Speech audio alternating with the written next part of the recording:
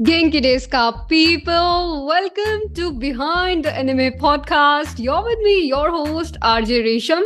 And Anshul sir का episode तो भाई साहब धमाकेदार था। इतनी इंसाइटफुल इंफॉर्मेशन दी उन्होंने ट्रंक्स के बारे में, फ्यूचर ट्रंक्स के बारे में इतनी अच्छी बातें की, प्लस हमें अपनी वॉइस एक्टिंग जर्नी से और वॉइस एक्टिंग टिप्स के साथ बहुत कुछ सिखाया।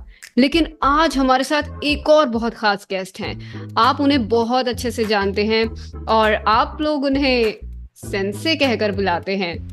सो आज हमारे साथ बिहाइंड द एनिमे पॉडकास्ट में है वन एंड ओनली हमारे Kakashi sensei from Naruto, Mohit Sinha sir, and हमारे ड्रैगन बॉल सुपर के Jiren. So Jiran and ककाशी sense के नाम पर चैनल को मारो सब्सक्राइब और आराम से बैठ जाइए, एंजॉय कीजिए ये पॉडकास्ट सर के साथ। So, thank you so much for joining with us today, Mohit Sinha sir, our very own Jiran and Kakashi sensei. तो मेरा पहला क्वेश्चन आपसे होगा कि थोड़ा सा स्मॉल ब्रीफ दीजिए आप आपकी वॉइस एक्टिंग जर्नी के बारे में। हाय रेशम, वॉइस एक्टिंग जर्नी यार ये ऐसी जर्नी है जिसके बारे में मैंने कभी सोचा नहीं था, बिकॉज मैं लखनऊ से हूँ बेसिकली, और वहाँ थिएटर करता था मैं। उसके बाद एक्टिंग फील्ड में मैंने कई सारे प्रोजेक्ट्स किए, और जो मैं बहुत ही यंग एज में आ गया था मुंबई। और जब मेरी पहली फिल्म रिलीज हुई डर्टी पिक्चर, तो उसमें मैंने एक सीन किया था जिसकी डबिंग मैं खुद नहीं कर पाया, और मुझे बहुत ही ज़्यादा बुरा लगा कि यार as an actor you need to be a complete personality, आपको सब चीज़ें आनी चाहिए as an actor, as a performer. So और डबिंग इज एन आर्ट जो कि बहुत ही इम्पॉर्टेंट पार्ट होता है। अगर किसी एक्टर ने वो उतना अच्छे से परफॉर्म नहीं भी किया है तो वो वॉइस आर्टिस्ट बहुत अच्छे से कर सकता है। आप अपनी डबिंग करें तो आप अपने परफॉर्मेंस को और इनहेंस कर सकते हैं। सो उसी जज्बे के साथ कि मैं कैसे अपनी पहली फिल्म में डब नहीं कर पाया, मैं वॉइसिंग इंडस्ट्री में घुसा और उसके बाद क्राउड डब से स्टार्ट किया। बहुत साल क्राउड डब्स किया, फिर धीरे धीरे character, then lead voices. So it's a long journey. So वैसे ही होता है यार, स्टेप बाय स्टेप जब आप आगे बढ़ते हो तो फिर आपको डर नहीं लगता कि आप गिर जाओगे, क्योंकि आपने हर स्टेप देखा होता है और आपको हर चीज पता होती है कि कैसे आपको कितनी भी मुश्किल है सामना करना पड़ता है। प्लस आपको डिफरेंट कैरेक्टर्स की वेरिएशन पता होते हैं, क्योंकि जब कोई भी इंसान क्राउड डब करता है सो बहुत लोगों को लगता है वो क्राउड डब क्या होता है, लेकिन नहीं, करना चाहिए सबको स्टार्टिंग में, क्योंकि उससे आपको इम्प्रोवाइजेशन आपके बहुत अच्छे हो जाते हैं। ऑन द स्पॉट आपको कुछ भी बनाना होता है। तो मैं सबको यही कहूँगा कि जरूर इस चीज को आप कोशिश करें कि एक दो बार तो करें, उसके बाद आप आगे बढ़ सकते हैं, अपने कैरेक्टर्स को, बाकी चीजों को अच्छे से परफॉर्म करें। सच में। लेकिन अब जो आप लीड कर रहे हैं, ruling everybody's heart. And next question मेरा वही है कि आपका एनिमे वर्ल्ड में एंट्री कैसे हुआ? Which was your very first anime that you dubbed? यार ये बड़ा अच्छा सवाल आपने किया है। और एनिमे वर्ल्ड मतलब मैंने बहुत सारे एनिमेशंस किए थे, बट फर्स्ट टाइम मुझे ऐसा लगा जब मैंने बेब्लेड किया। बेब्लेड में मैंने आइगर की वॉइस की थी, और उसका आई वॉज नॉट प्रिपेयर्ड कि आइगर इतना ज्यादा लोग पसंद करेंगे। और जब मैंने आइगर किया तो आइगर का भी जो पैशन रहता है, जो भी लीड कैरेक्टर्स होते हैं ना एनिमे का, if it's on a battle arcade, तो उनका पैशन बहुत अच्छा होता है। वो आइगर से मैं इतना ज्यादा जुड़ गया, सबको बहुत पसंद आने लग गया कि सर आप आइगर कर रहे हो, आइगर हमारा फेवरेट है। एंड मुझे तो किसी ने आइगर का बेब्लेड भी गिफ्ट किया था, मुझे घर पे भेजा, अमेजिंग, एक लेटर भेजा था। सो मैं इतना खुश हो गया कि नहीं भाई, ये तो कुछ अलग चीज है, इसका वर्ल्ड अलग है। और लकीली फिर धीरे धीरे मुझे बहुत सारे एनिमेज मिलने लग गए, क्योंकि एनिमे की एंट्री हो चुकी थी। फायर फोर्स में मैंने शिनरा किया, देन नारुतो आया, उसमें ककाशी किया, फिर आपका ड्रैगन बॉल जी में जिरेन किया, then Black Clover, yes and Black Clover में आस्था किया। Then there are a lot of now animes on Crunchyroll जिसमें बहुत अच्छे कैरेक्टर्स हैं। एक दो सीरीज और आने वाली हैं जिसमें अभी बिकॉज दे आर अनरिलीज तो मैं नाम नहीं बता पाऊंगा, बट वो भी आप देखोगे तो बहुत ही अच्छी सीरीज है एनिमे की, and it will blow your mind. Yes definitely. And such में एनिमे वर्ल्ड तो अलग ही है। एनिमे वर्ल्ड में लोग कैरेक्टर पहले रखते हैं और उस कैरेक्टर से ही वॉइस एक्टर की वॉइस को एसोसिएट करते हैं। जैसे आपके साथ हुआ, लाइक एवरीबॉडी वाज थिंकिंग यार टूर्नामेंट ऑफ पावर में जीरन कौन बनेगा, and you came in the picture. तो उस पे आपका क्या रिएक्शंस थे उसे लेकर, और अगर आपको कुछ ऐसे heart touching heart warming messages याद हों जो आपको फैंस ने किए थे, तो वो प्लीज हमारे साथ शेयर कीजिए। Yes, Jiren was a tough character to perform. इतना इजी नहीं था, बिकॉज भले ही वो बहुत एंड में आता है सीरीज यस के, बट वो सबसे पावरफुल है। उसको हराना किसी के बस की ही बात नहीं, क्योंकि उसने अपने माइंड को बोला हुआ था कि मैं हार ही नहीं सकता। और ये सबके साथ होता है। हमारी रियल लाइफ में भी अगर आप अपने आप को ये बोल दें कि मैं नहीं हार सकता, मैं जीतने के लिए ही बना हूं, तो you can go and do anything in your life. तो जो भी उसने, उसकी जो पास्ट एक्सपीरियंसेस थे, जब मैं उससे जुड़ा, और जिस तरह वो शाउट भी कर रहा था, जिस तरह वो चिल्ला रहा था, मतलब आप समझ सकते हो। जैसे भी आपके फ्रेंड ने पूछा था गले पे कैसा आता है, तो आप सोच नहीं सकते कितना स्ट्रेन पड़ रहा था। भले ही मैं उसको पेट से निकाल रहा था, उसके बावजूद गले में पड़ रहा था, बिकॉज इट वाज लाइक, मतलब वो सब फाड़ देगा, सब चीर देगा, सबको खत्म कर देगा। और उसने ऑलमोस्ट, अगर आपने सीरीज देखी है तो कर भी दिया था। बट यू नो, वही है कि विलन विलन होता है, हीरो हीरो होता है। बट ये है कि लेकिन विलन ऐसा होना चाहिए कि, हाँ, कि विलन ऐसा होना चाहिए कि हीरो को भी तकलीफ हो कि हाँ भाई, ये कुछ तो इसने कर दिया लाइफ में। और जीरन की वजह से गोकू को अपना अल्ट्रा इंस्टिंक्ट अनलॉक करना पड़ा था।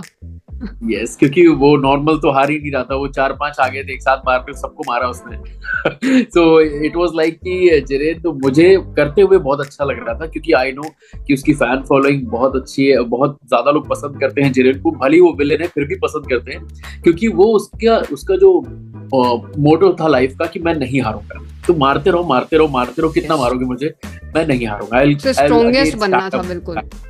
यस यस, सो मुझे जिरेन की सबसे अच्छी बात लगती है एक्चुअली। और जिरन के साथ जो आपको एक और गोल्डन कैरेक्टर मिला, वो था ककाशी सेंसे। मैंने देखा आपके insta stories and everyone is like Kakashi sensei. तो वो कैरेक्टर भी बहुत कमाल का है। यस, और ककाशी के साथ भी कुछ ऐसा हुआ। जो हमारे डबिंग डायरेक्टर है मट्टू जी, जो ये शो पूरा करा रहे हैं, नरूटो क्लासिक है, नरूटो शिपुडेन, ही वाज, उन्होंने मेरे 1-2 कैरेक्टर सुने हुए थे, जो, क्योंकि मैं इसको तारीफ मत समझिएगा, बट मैं बहुत घुस के कैरेक्टर परफॉर्म करता हूँ, बहुत वेरिएशन में करता हूँ। तो उन्होंने मेरे वेरिएशंस देखे थे कि मोहित ये कर सकता है, और उन्होंने मुझसे कहा कि मोहित ककाशी करते हैं हम लोग। मैंने कहा ठीक है, पर सास्के भी अच्छा है। सो उन्होंने कहा कि मुझे ऐसा लगता है कि तुम्हारी वॉइस ककाशी पे ज्यादा अच्छी जाएगी। तो मैंने कहा ठीक है, I am a directors actor, अगर आपको लगता है। तो जब मैंने उसको परफॉर्म करना शुरू किया, तो मुझे लगा कि नहीं भाई, ये तो कुछ अलग ही है, because the attitude he carries, he is very serious and very funny as well. मतलब आपको उसी टोन में जो वॉइस है उसकी, की जो जितना सीरियसली वो कहता है, उसी में फनी भी है। सॉरी, मुझे आने में थोड़ी देर हो गई। वो क्या है, काली बिल्ली ने रास्ता काट दिया था। तो जिस तरह वो मॉड्यूलेट करता है, वो बहुत अच्छा है। और जब सीरियस रहता है तो आराम से बात करो सास्के, इतना चिल्लाने की कोई जरूरत नहीं है, यू नो। तो वो उसी टोन में दोनों चीजें आपको प्ले करनी है। तो ककाशी तो इस ककाशी है my favourite, one of my favourite. तो कुछ नहीं। तो अगर आपको ककाशी की कॉपी निंजा टेक्निक मिल जाए रियल लाइफ में, तो आप क्या कॉपी करना चाहेंगे? यार कॉपी, मैं सब कुछ कॉपी कर लूंगा, बिकॉज ककाशी इज लिमिटलेस। मैं कुछ नहीं छोड़ूंगा। अगर मुझे कुछ सीखना है, अगर मुझे फ्रेंच भी सीखनी है, अगर मुझे कुछ भी ऐसी चीजें सीखनी जो मैंने नहीं सीखी, अगर मुझे मार्शल आर्ट सीखनी है, I will just copy everything. Because इससे बढ़िया चीज क्या हो सकती है कि being a copy ninja, you can do anything, and so is like Kakashi. वो कुछ भी कर सकता है। He is so unpredictable. उसको आप किसी से भी लड़वा दो, वो इतनी आसानी से, भले हारे या जीते, that is a different thing, but he will give a tough fight. That is all about Kakashi की जिंदगी में टफ फाइट ही देना इंपॉर्टेंट है। जीतना हारना आपके हाथ में नहीं है। एग्जैक्टली, वो हमारे हाथ में हमें टफ फाइट देनी है।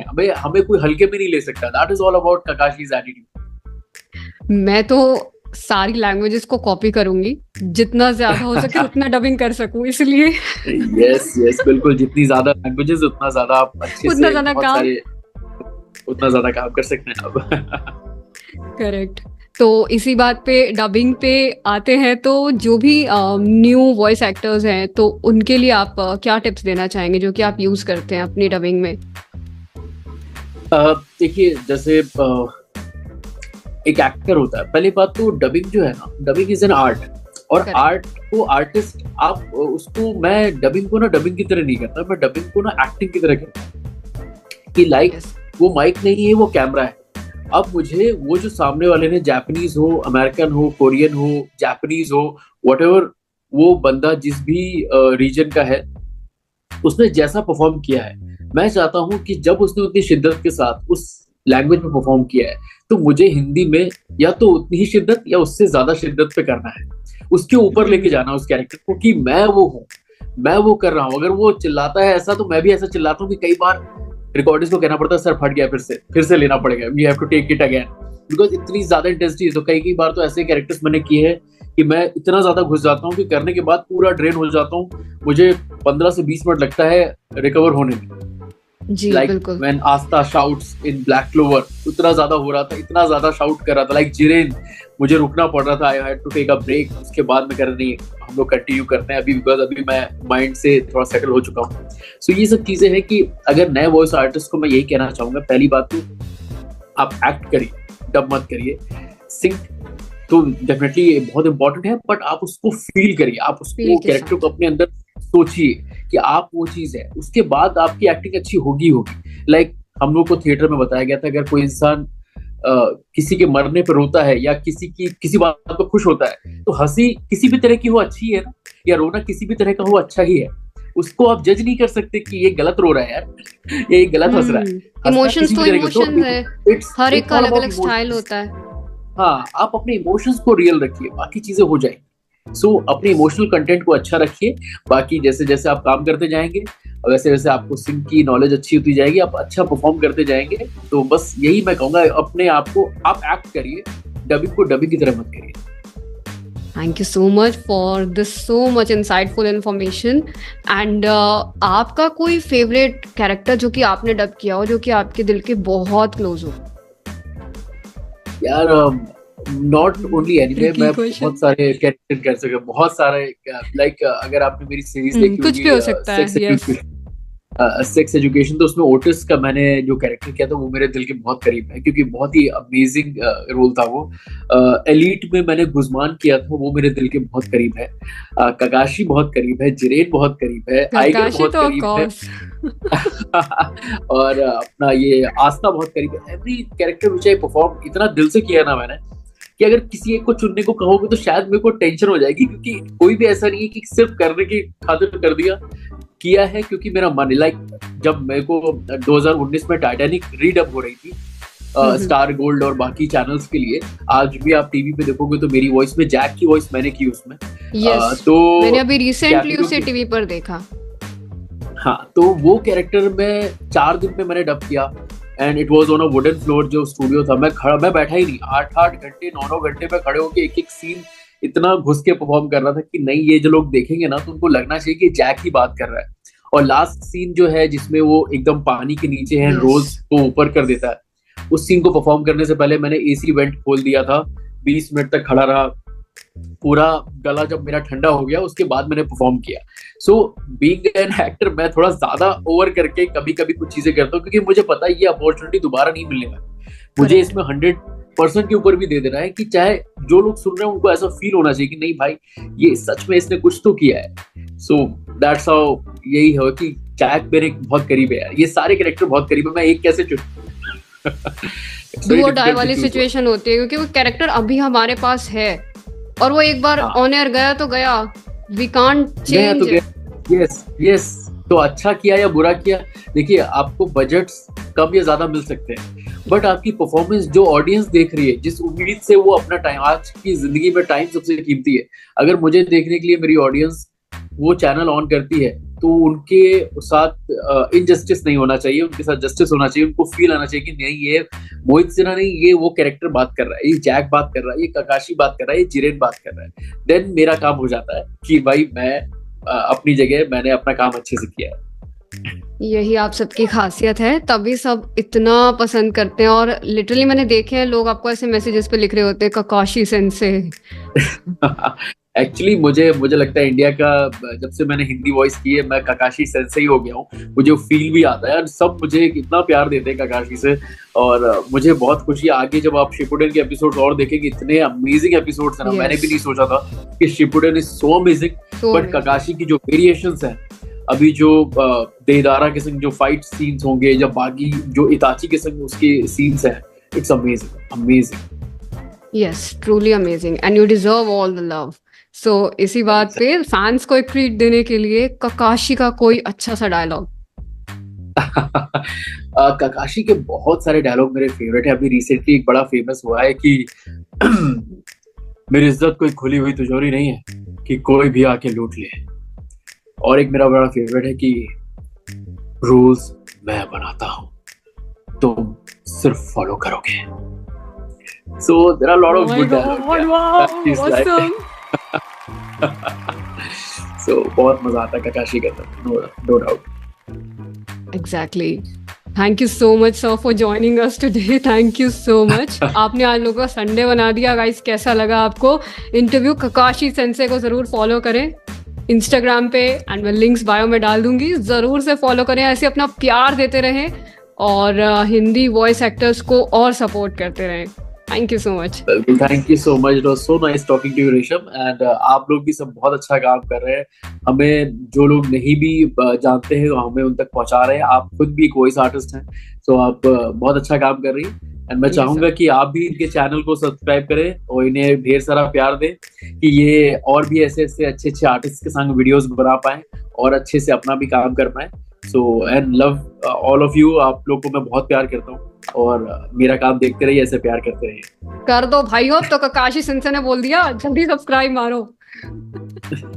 So I hope आज का ये खूबसूरत सा इंसाइटफुल पॉडकास्ट आपको पसंद आया होगा हमारे Kakashi sensei and Jiren Mohit Sinha sir के साथ। तो मेरे चैनल को सब्सक्राइब कीजिए, वीडियो को कीजिए लाइक, शेयर कीजिए इसे अपने एनिमे फ्रेंड्स के साथ। और नेक्स्ट एपिसोड में कौन आएगा गेस कीजिए कमेंट सेक्शन में और सुनते रहिए बिहाइंड द एनिमे। तब तक के लिए see you all soon and sayonara.